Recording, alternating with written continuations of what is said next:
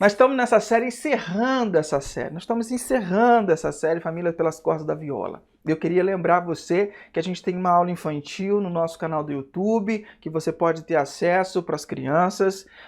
E queria lembrar você também que se é pela primeira vez que você está aqui, se você veio por causa dessa série, por causa da moda de viola, que você...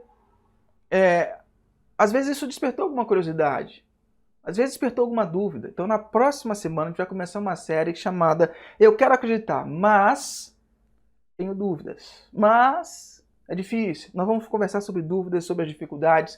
E aí você pode, talvez, desenvolver um pouquinho mais conhecer um pouquinho mais sobre a fé cristã. E lembre-se, se alguma coisa te abençoou, tira o print, posta na rede social com @Grupo Valinhos ou hashtag Grupo Valinhos. Vamos lá. Família pelas Cordas da Viola. Nós começamos essa série porque nós percebemos que a música sertaneja está enraizada na alma e na raiz da família de muitas famílias brasileiras. Está enraizada no brasileiro. Lembra que eu te contei na primeira semana que a inspiração dessa série foi quando eu e a Sabrina estava viajando, estava no hotel, onde tinha uma conferência e uma banda de formatura fazendo de tudo para animar o povo, e tocava anos 60, anos 50, tocava tudo e nada animava o povo. Quando de repente começaram a tocar Evidência, parecia uma torcida de futebol, todo mundo cantando. Então foi maravilhoso. E aí eu entendi que eu falei, mas tem pessoas, tem jovens aqui que essa música não deveria fazer parte desse jovem, mas estava eles cantando o amor, cantando essa questão, porque está enraizado na família, está enraizado na alma do brasileiro, porque a cultura sertaneja ela se alastrou pelo país quando os bandeirantes saíam das cidades grandes para desbravar o interior do Brasil e iam formando cidades, iam formando essa cultura caipira que contava a história das suas vidas. E aí foi formando a cultura da música sertaneja. Na primeira semana a gente conversou sobre uma música clássica, Fogão de Lenha. E aí nós falamos sobre os pais, né? Nós falamos sobre a questão dos pais e a questão dos filhos. Nós focamos na questão dos filhos. Filhos que voltam para casa, filhos que acham que os pais têm que servir o tempo todo. Então falamos sobre pais, helicópteros e preparação dos filhos. Na segunda semana, o tema foi No Dia em que eu Saí de Casa. Aí nós já fizemos um contraponto. Aí nós falamos sobre preparação de filhos, como aqueles pais prepararam seus filhos para a vida. Na terceira semana, a gente falou sobre rancho fundo. E falamos sobre marca nos relacionamentos, pessoas que ficam machucadas. Então falamos sobre pais, falamos sobre filhos, falamos sobre relacionamentos. E hoje nós vamos falar sobre o indivíduo. Porque a família é formada de vários indivíduos. O indivíduo e a maneira de levar a vida, né? Hoje a música tema nossa tem por nome Estrada da Vida. Ela foi composta, gravada em 1977 por Milionário e José Rico. Eles contam que eles estavam indo numa turnê, saindo de Rio Preto para Brasília, Goiânia. E aí eles compraram uma Brasília verde e foram fazer esse percurso nessa Brasília.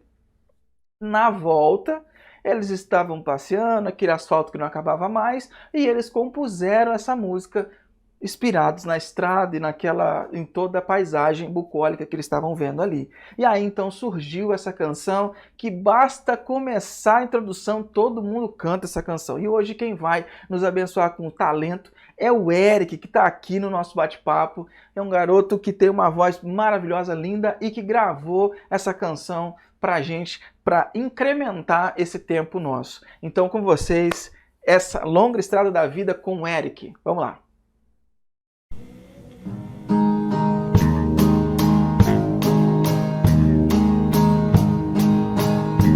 Esta longa estrada da vida, vou correndo e não posso parar, na esperança de ser campeão, alcançando o primeiro lugar, na esperança de ser campeão, alcançando o primeiro lugar.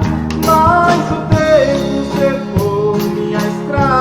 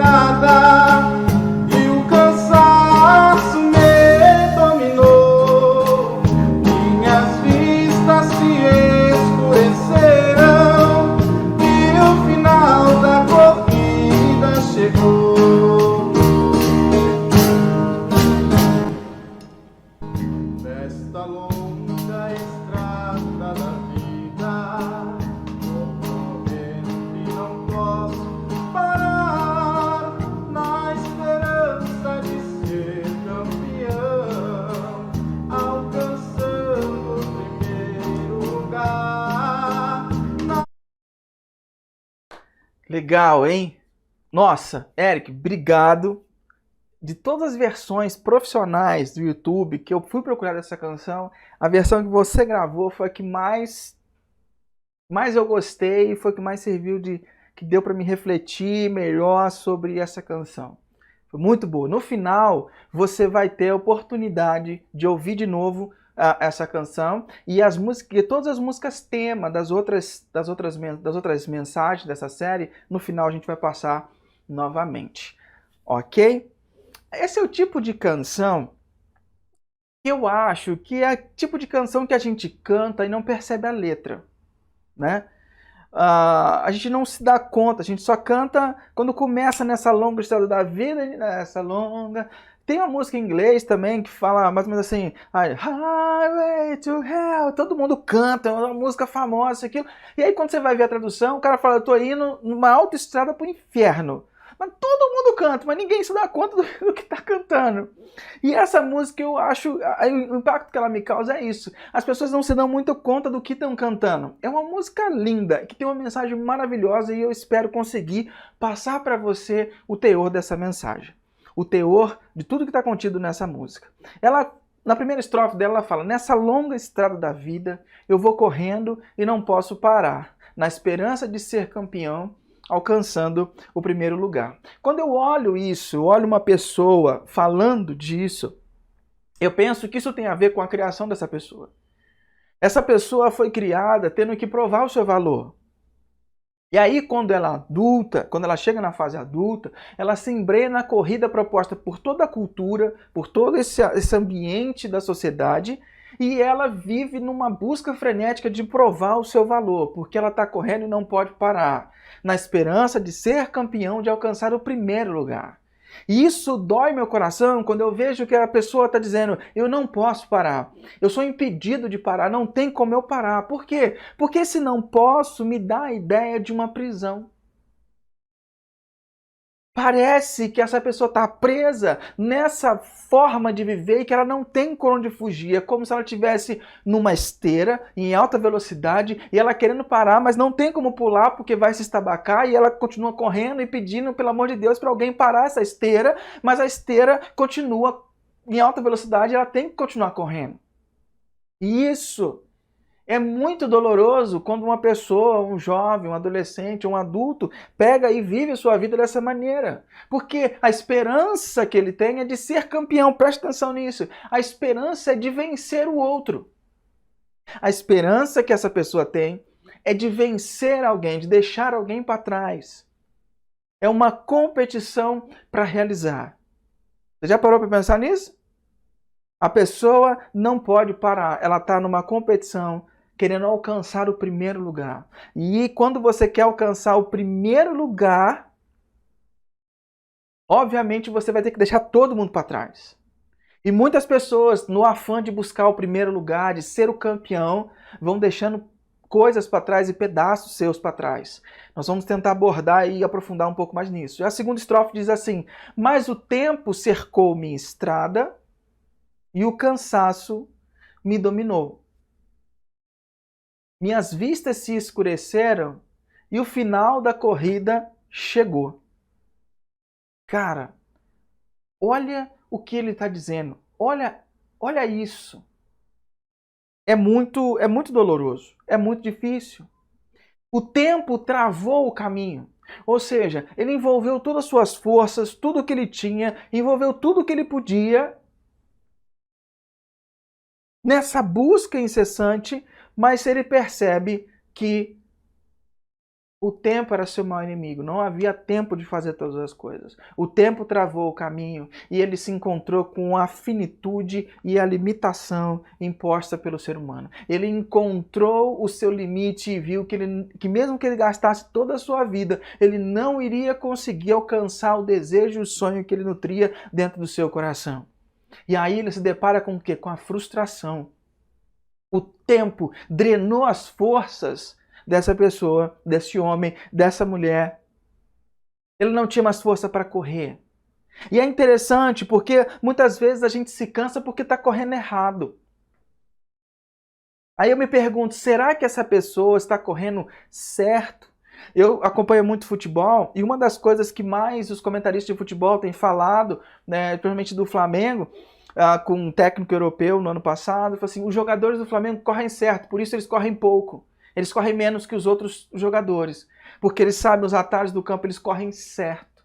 Muitas vezes na vida nós achamos que nós só temos que correr, mas não pensamos em como correr. E tem muita gente correndo na estrada da vida, gastando sua energia porque está correndo errado. E o que é correr errado? Correr errado é quando você caminha sozinho.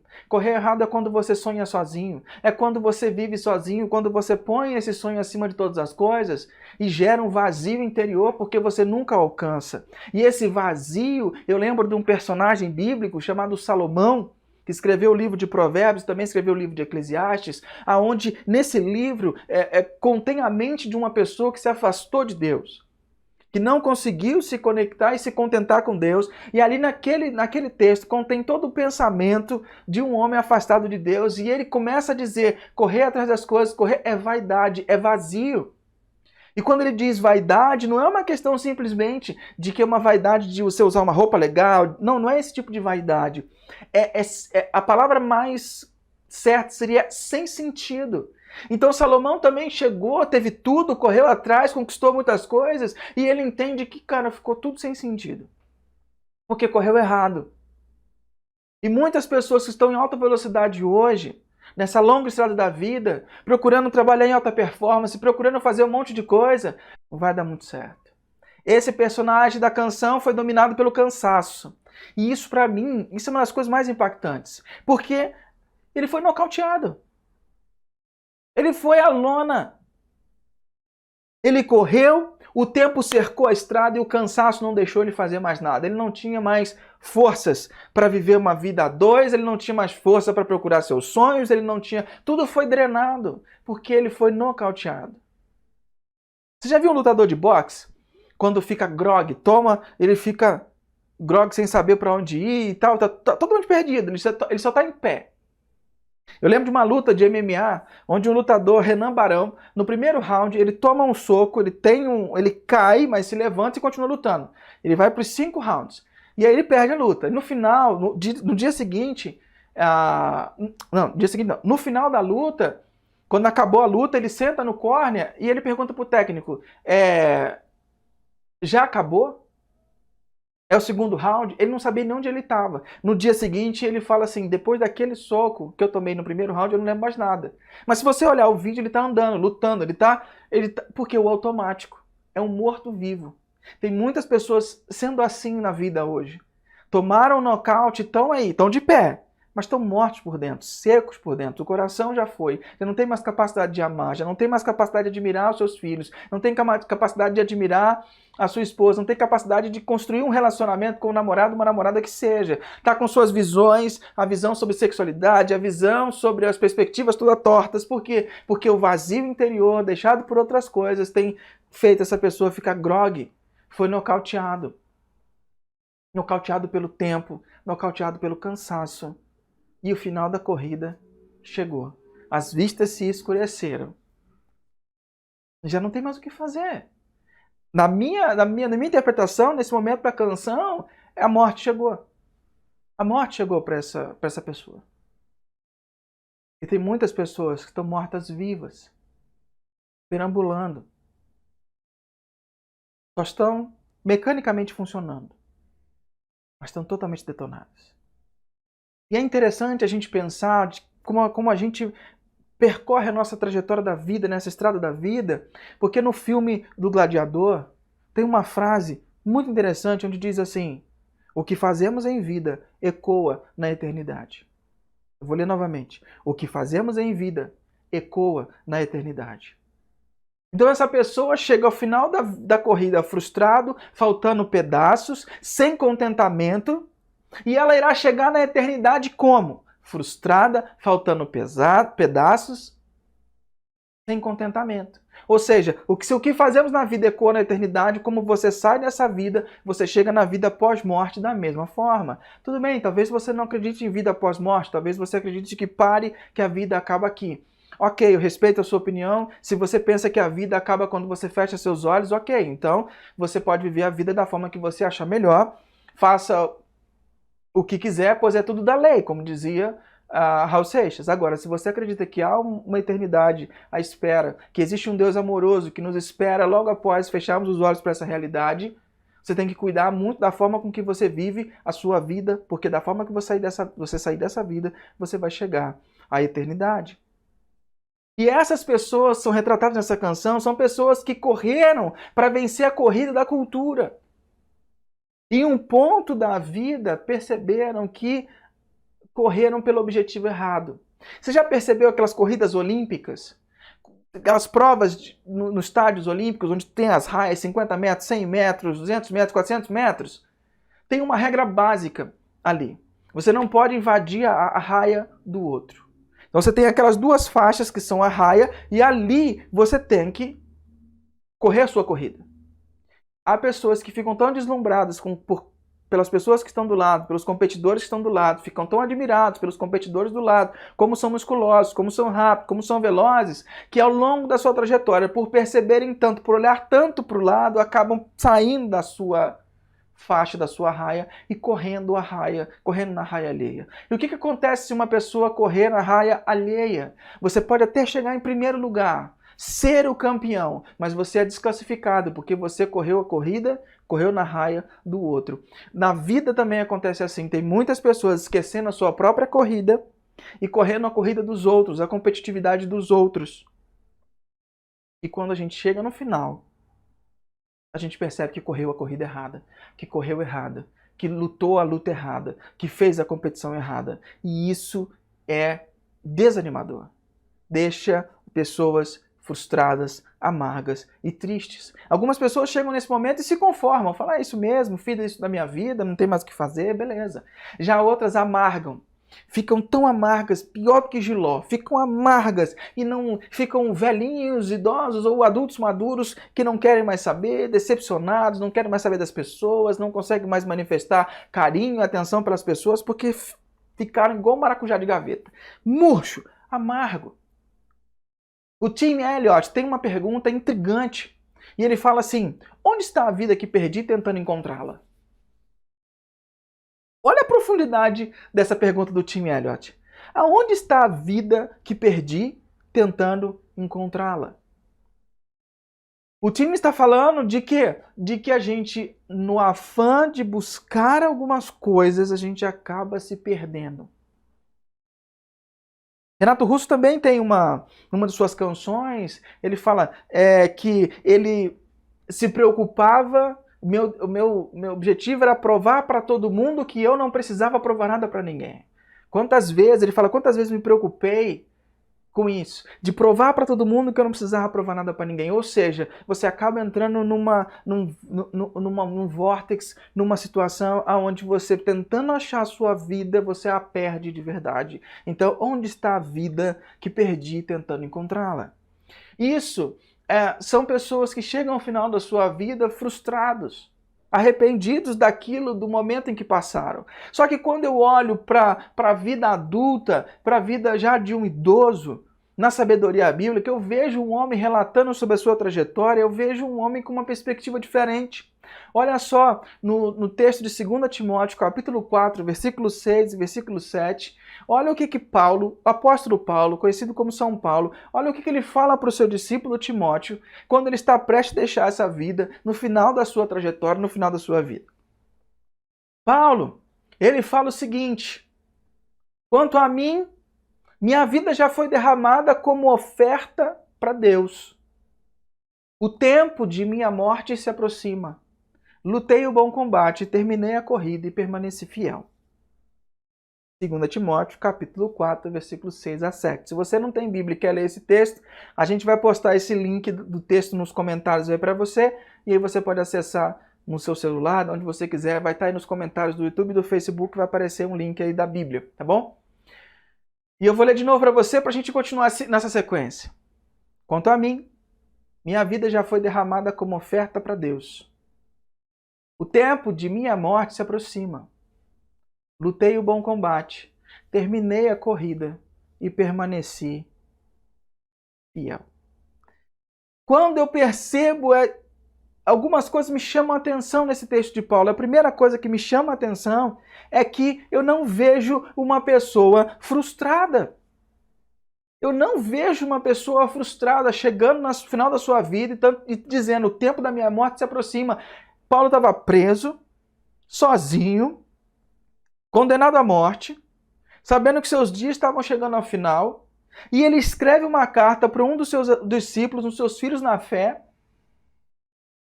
e dizendo esse tipo de coisa.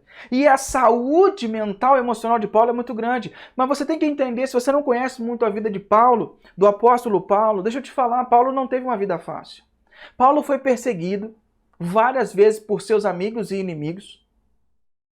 Amigos se tornaram inimigos, inimigos se tornaram amigos, etc. e tal. Paulo foi perseguido. Paulo foi apedrejado. Paulo foi abandonado pelos amigos várias vezes. Quando, antes dele conhecer o cristianismo, conhecer Jesus, ele foi abandonado. Quando ele conheceu Jesus, ele foi abandonado pelos judeus que ele era parceiro. E aí ele foi abandonado também pelos amigos cristãos novos que ele fazia, porque ele estava causando muito alvoroço. Em outras ocasiões, Paulo foi a julgamento e ninguém apareceu, e ele escreve isso, ninguém apareceu para me defender. Paulo foi abandonado várias vezes. Paulo foi condenado injustamente, mas se você olhar tudo, Paulo pegou doença, Paulo teve uma vida difícil. Mas por outro lado, se você olhar, Paulo fez amigos por onde passou. Paulo fez amigos nas cidades onde ele passou, amigos e que tiveram um apreço grande por ele, amigos que choraram rios de lágrimas quando ele tinha que se despedir de uma cidade. Paulo fez amigos por onde passou. Paulo viveu intensamente. Paulo era um cristão que pregava a palavra de Deus, mas também era um empresário que fazia tendas, e ele viveu de forma intensa. Ele descobriu maravilhas sobrenaturais, ele viu pessoas sendo curadas, ele viu Deus fazer maravilhas, ele viu coisas extraordinárias. Deus levou ele em sonho, levou ao sétimo céu. Paulo viu coisas maravilhosas, escreveu sobre o fim do mundo. Paulo teve uma vida intensa, ele viveu uma vida profunda de espiritualidade. Depois que ele encontrou Jesus naquele deserto, a vida dele foi marcada por uma profundidade da vida com Deus. E por que a vida dele é tão plena? Por que ele chega com tanto vigor? Por que ele chega no final da vida com tanta gana, com tanta serenidade, dizendo assim: meu tempo tá chegando ao final, meu tempo da morte está vindo aí, mas eu lutei o bom combate, eu terminei a corrida, eu permaneci fiel. Sabe por que Paulo consegue chegar nessa profundidade de entendimento de vida? Porque ele se entregou profundamente ao projeto de vida apresentado por Deus. Paulo, ele aprofundou as suas raízes em algo sólido. E ele viveu de forma intensa. Por isso a gente não vê uma pessoa frustrada. A segunda coisa que esse texto me mostra é que Paulo decidiu ter sua vida como uma oferta para Deus. Ele derramou sua vida como uma oferta para Deus. Ele teve sua vida dedicada.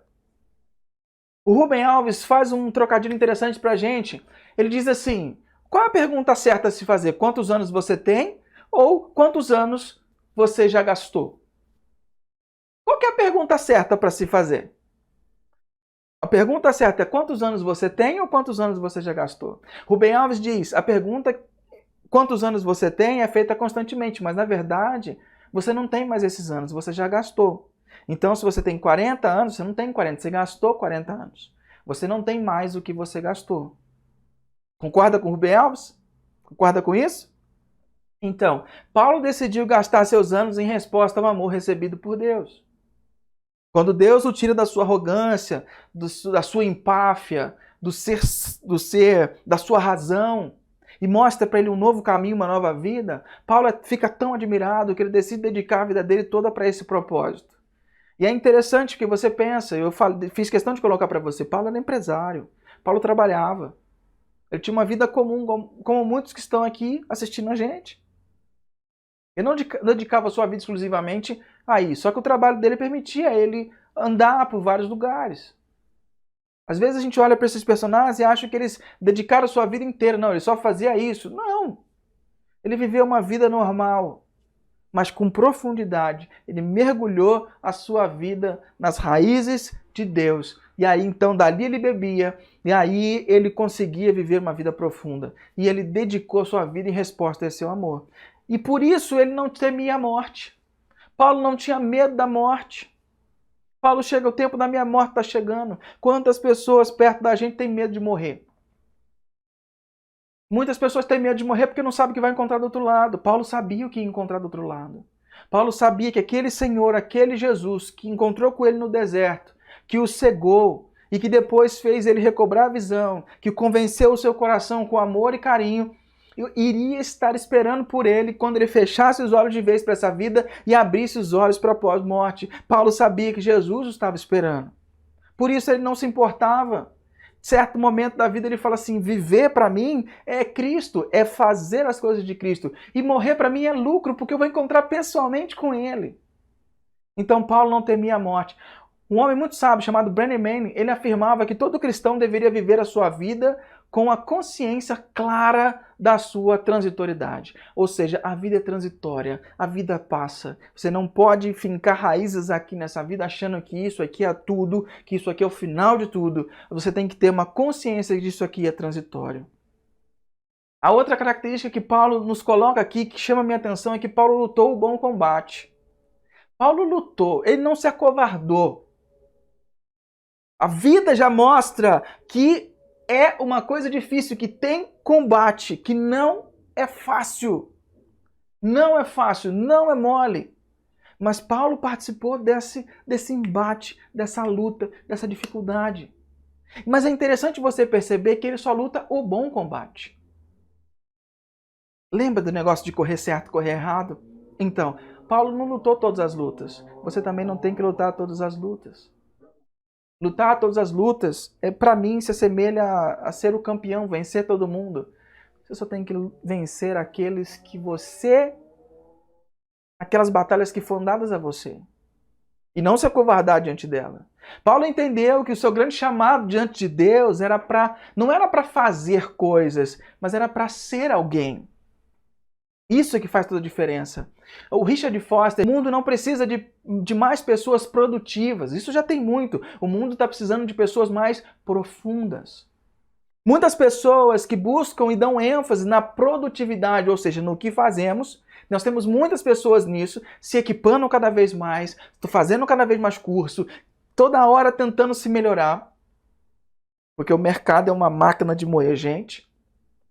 Então, cada vez mais a gente vai se preparar, mas nós nos preocupamos cada vez menos em ser profundos.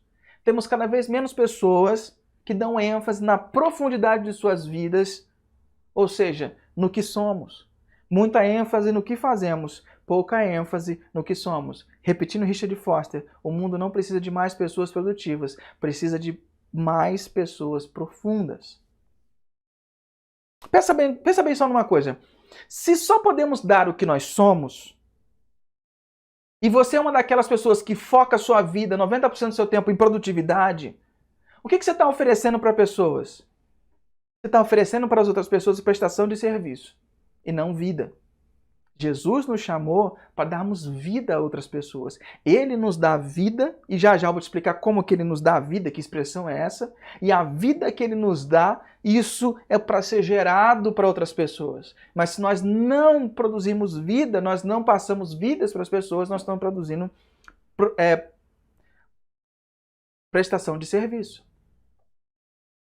Jesus, o convite de Jesus, que foi feito para Paulo e é feito para nós, Jesus nos convida para um encontro com Ele, mas também um encontro para conosco mesmo. Jesus nos convida para a gente se encontrar conosco e com Ele. Presta bem atenção na dinâmica da relação que Jesus lida. Jesus não é o patrão, e sim o irmão mais velho. Não chama mais servos, percebe? Chama de amigos. E aí ele é o pai, ele é o irmão mais velho, ele é o filho primogênito de Deus. Que tipo de relação Jesus quer ter conosco? É uma relação familiar, não é uma relação de negócio. Não é uma relação de negócio. Deixa eu te contar uma história que eu ouvi essa semana. Lá no Sul, numa pós-graduação sobre espiritualidade, onde o pessoal passa uma semana, à distância, passa uma semana lá. Tinha um rapaz que corria, gostava muito de correr. E ele corria assim rápido, num nível assim, tipo de competição, corria muito. E as pessoas ficavam admiradas, por que essa pessoa corria tanto, chegar pingando de suor, corria bastante. E aí uma das professoras chegou um dia e perguntou assim, chegou para ele e falou: deixa eu te fazer uma pergunta. Ele: pode fazer. O quê? De quem você está correndo? O rapaz se espantou, parou. Não tinha resposta. Aquela pergunta o deixou tão perplexo que ele disse que ele foi para o quarto e parou para meditar horas e horas naquela pergunta. E no final ele descobriu que ele estava correndo de si mesmo. Nessa longa estrada da vida, vou correndo e não posso parar. Esse rapaz estava correndo de si mesmo. Nós só podemos levar as pessoas até onde já fomos. Quão profundo tem sido sua vida? É até onde você vai levar seus filhos. Quão profundo tem sido sua vida? É até onde você vai levar seus amigos. Quão profunda tem sido a sua vida? É até onde você vai levar essas pessoas que estão ao seu redor. Onde estão suas raízes? Em que nível estão suas raízes? Outra coisa que me chama a atenção é que Paulo fala: terminou a corrida. Diferentemente da canção, que na canção os olhos escureceram, o tempo barrou minha estrada e o cansaço me dominou, os olhos escureceram e o final da corrida chegou. Ele não termina a corrida, mas Paulo diz que terminou a corrida. E é engraçado que a corrida de Paulo termina em vida e a corrida da canção termina quando a pessoa já os olhos já escurecem e ele morre. Paulo entendeu que tinha uma missão maior do que a sua carreira. Queridos, precisamos ter uma agenda que transcenda a nossa profissão e nossos afazeres domésticos. Vou repetir. Precisamos ter uma agenda que transcenda nossa profissão e nossos afazeres domésticos. Sabe quem falou isso? Eu. Então, pensa bem nisso.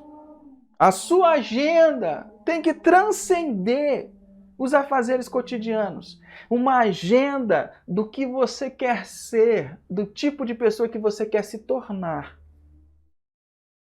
Levi Tolstói, no conto de Quanta Terra Precisa um Homem, e o link desse conto vai estar nos comentários, está na descrição da live, tanto no YouTube quanto no Facebook, você pode acessar e comprar ele na Amazon, se você quiser. Ele é um escritor russo. E ele narra a história de um homem que foi para uma região onde as pessoas podiam adquirir, por uma quantia comum, quanta terra pudesse percorrer entre o nascer do sol e o pôr do sol do mesmo dia, desde que ele saísse de um local e voltasse para o mesmo ponto de partida. E teve uma pessoa que foi, vendeu tudo que tinha, foi para aquela terra, foi para lá. E o problema é que ela saiu de manhã toda preparada, fez os seus planos, colocou a mochila, pegou água, falou: não, já fez todos os cálculos, isso e aquilo. E durante a trajetória ele marcava, tinha um smartwatch e tal, isso e aquilo, tal. Falou assim: agora é hora de virar. Quando chegou a hora de virar pela primeira vez, ele viu um bosque. Falou assim: nossa, esse bosque ia ficar tão legal na minha propriedade. Deixa eu dar uma andadinha, apertar o passo, vai dar, fez as contas, pá. Aí ele contornou o bosque e foi. Aí ele andou, porque ele queria fazer um quadradão, né? Aí andou, falou assim: agora tá na hora de virar. De repente ele viu um lago. Falou assim: putz, esse lago vai ficar tão bonito na propriedade.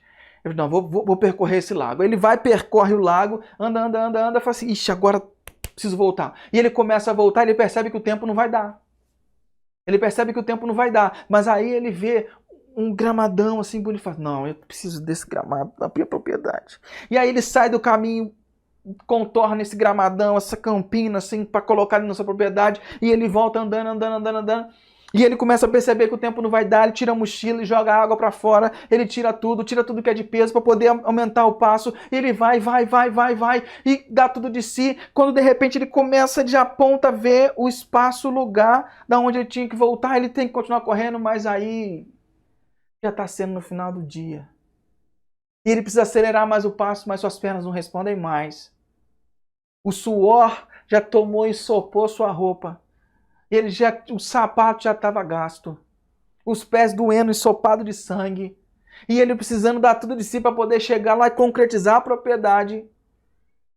De repente, seu coração sente uma pontada e ele cai e morre a alguns metros de concluir e fechar o contrato da propriedade. A fadiga, o cansaço o dominava. Por quê? Por que será? E o que acontecia com essas pessoas que não conseguiam chegar ao final? Elas eram enterradas num pedaço de terra de 2 metros de comprimento, de 80 por profundidade, 80 de largura, 2 metros de comprimento, 80 centímetros de largura, que era tudo o que ele precisava.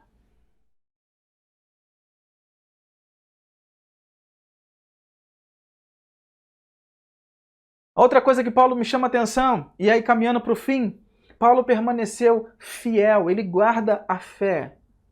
Paulo permaneceu fiel aos seus princípios que ele aprendeu com Jesus ao longo da sua caminhada. Paulo conseguiu manter uma boa consciência e foi fiel à sua fé. Quando a gente fala sobre o termo fé, ele pode ser usado para expressar, tipo assim, que Cristo é o único caminho para a salvação e que a gente não consegue salvar a nós mesmos. Fé. Mas também traz a ideia de um conjunto de verdades cristãs. Eu tenho a minha fé. Mas Paulo usa aqui no sentido de viver um estilo de vida cristão, no qual os valores e princípios de Deus se revelam coerentes e presentes nas decisões e atitudes diárias. Paulo conseguiu viver com Jesus e guardou os ensinamentos de Jesus na sua vida cotidiana. Cotidiana. Ah, querido.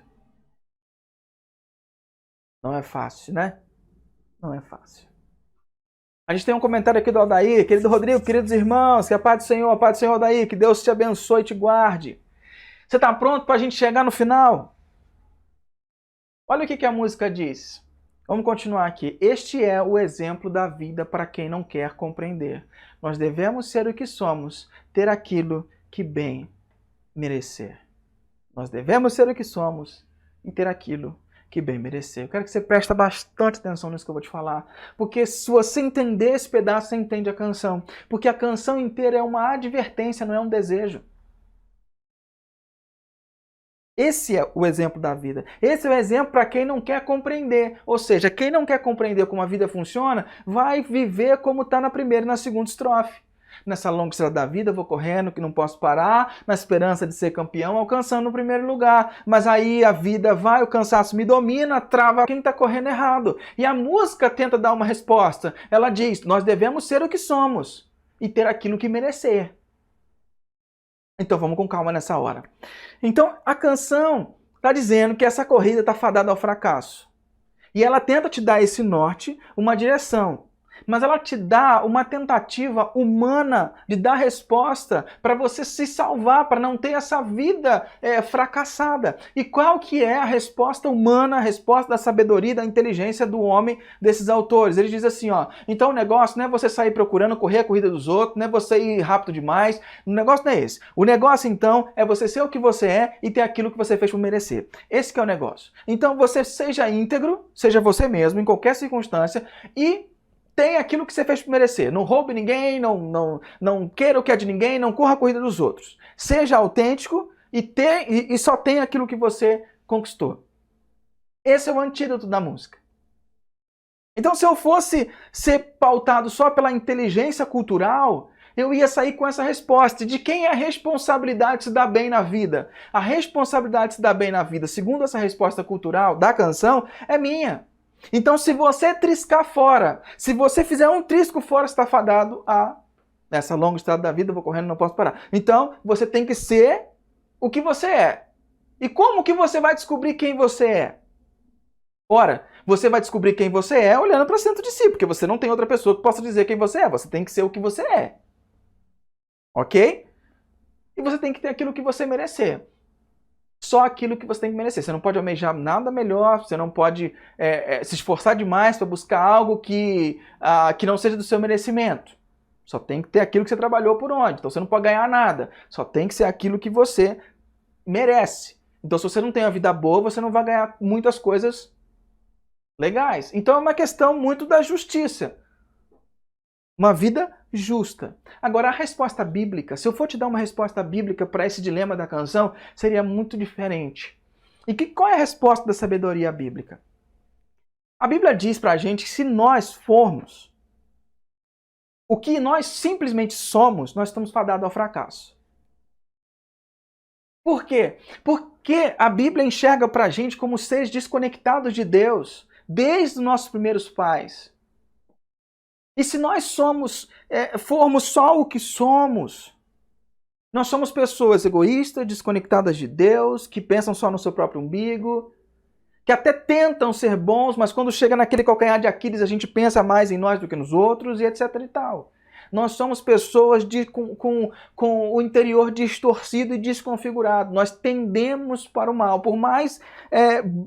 Por maior tentativa que seja nossa de tentarmos sermos bons, nós tendemos para o mal. Na Bíblia, a perspectiva do ser humano é que ele tende para o mal.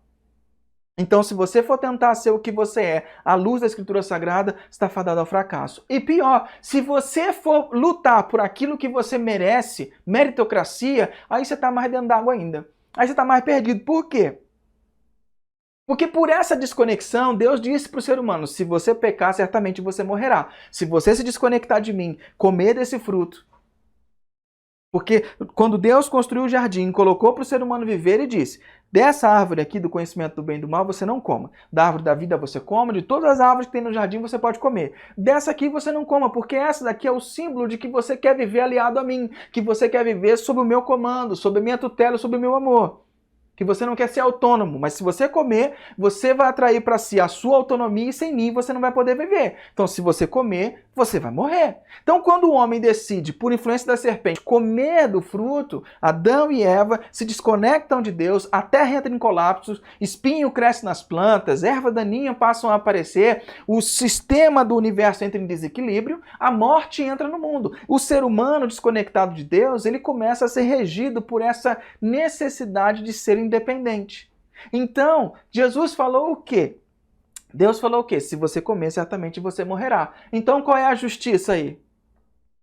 O homem desobedeceu a Deus, merece a punição. Qualquer juiz justo daria essa punição. Eu dei minha palavra, eu tenho que cumprir minha palavra. Então, se segundo a ótica bíblica, você receber a justiça, aquilo que você merece, aquilo que eu mereço, nós vamos receber morte. Nós vamos receber isso que o autor da canção está dizendo nas duas primeiras estrofes. Você vai lutar, lutar, lutar, correr, correr, correr e vai morrer na praia. Agora você tem uma alternativa, que é receber misericórdia. É deixar de receber o que você merece. Você não recebe o que você merece. Mas como é que Deus vai agir com misericórdia se Ele deu a palavra dele, que ele, se você pecar, certamente você morrerá? Deus precisava cumprir sua palavra. Você não vai acreditar num juiz que dá uma palavra, e aí quando vai julgar o caso, ele não cumpre com a sua palavra. Um juiz reto e justo tem que cumprir com a sua palavra. Então Deus não podia fazer o homem deixar de receber aquilo que mereceu.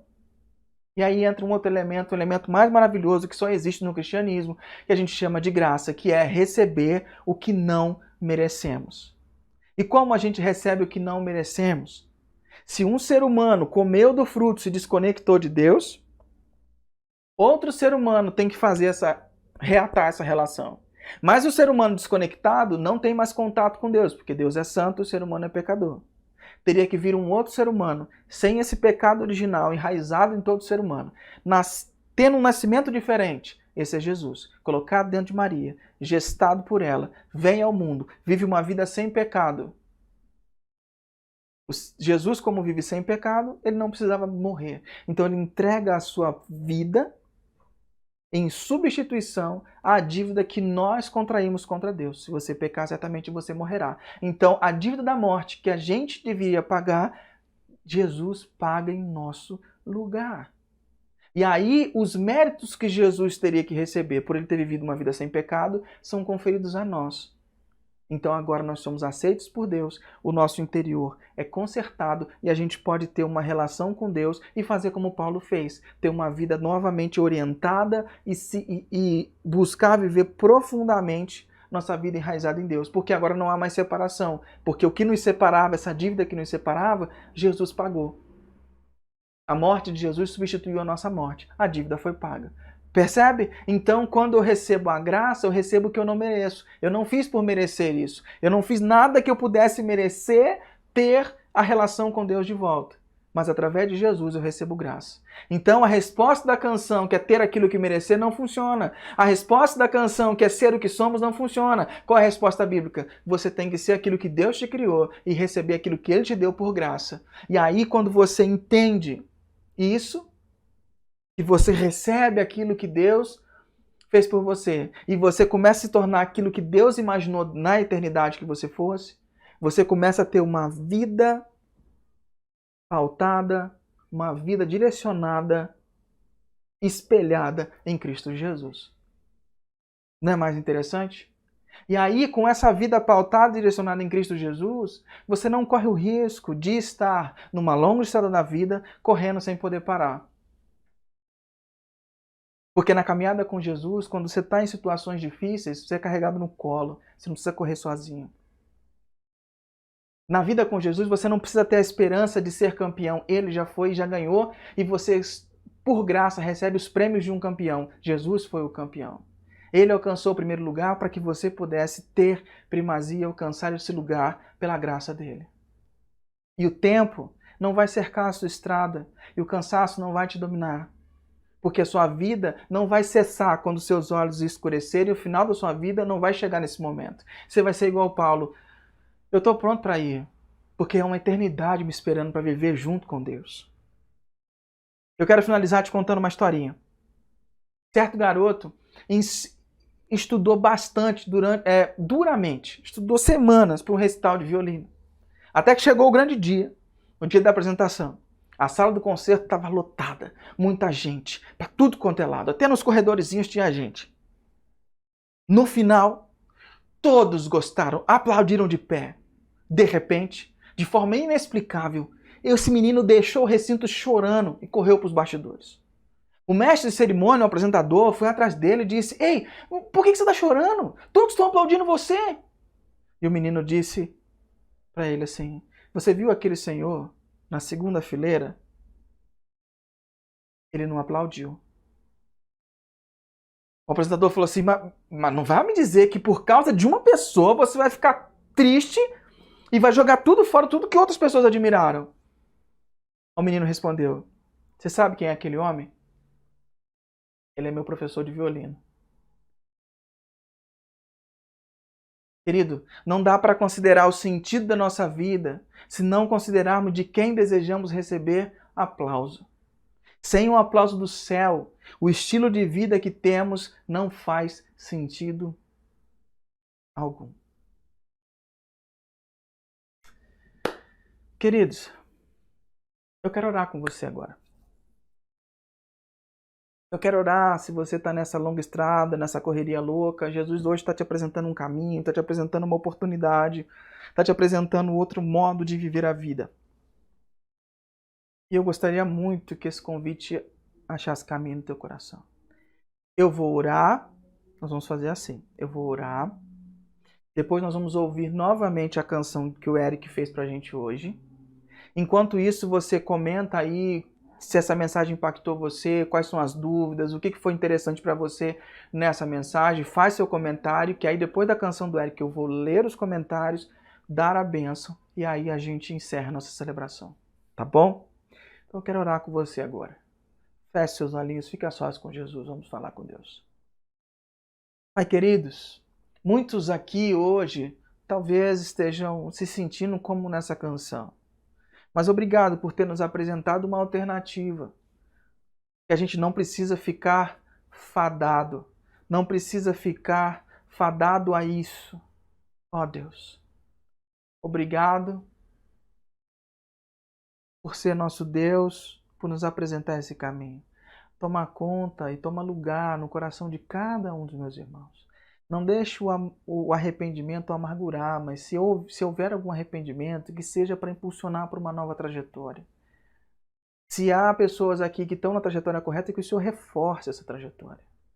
Se há correção de curso a fazer, que o Senhor faça. Nos inspire e nos guarde. Em nome de Jesus. Amém.